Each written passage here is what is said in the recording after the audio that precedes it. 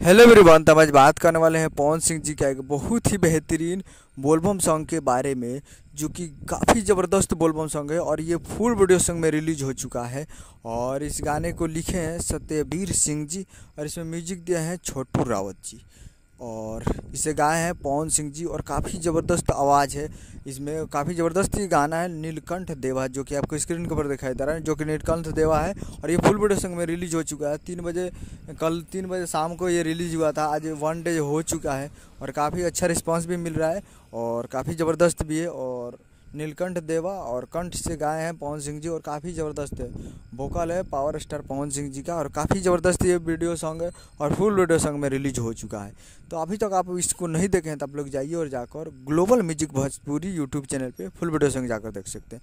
Global music junction Bhojpuri YouTube channel पे जाइए और जाकर देखिए। उम्मीद करूँगा वीडियो अच्छा लगा, चैनल को सब्सक्राइब बेल आइकन प्रेस करिए ताकि कैसे लाल यादव जी और पवन सिंह जी का लेटेस्ट न्यूज़ लाते रहे। वीडियो अच्छा लगा तो वीडियो को लाइक कीजिए। मिलते हैं अगले दिन, तब तक के लिए जय हिंद जय भोजपुरी।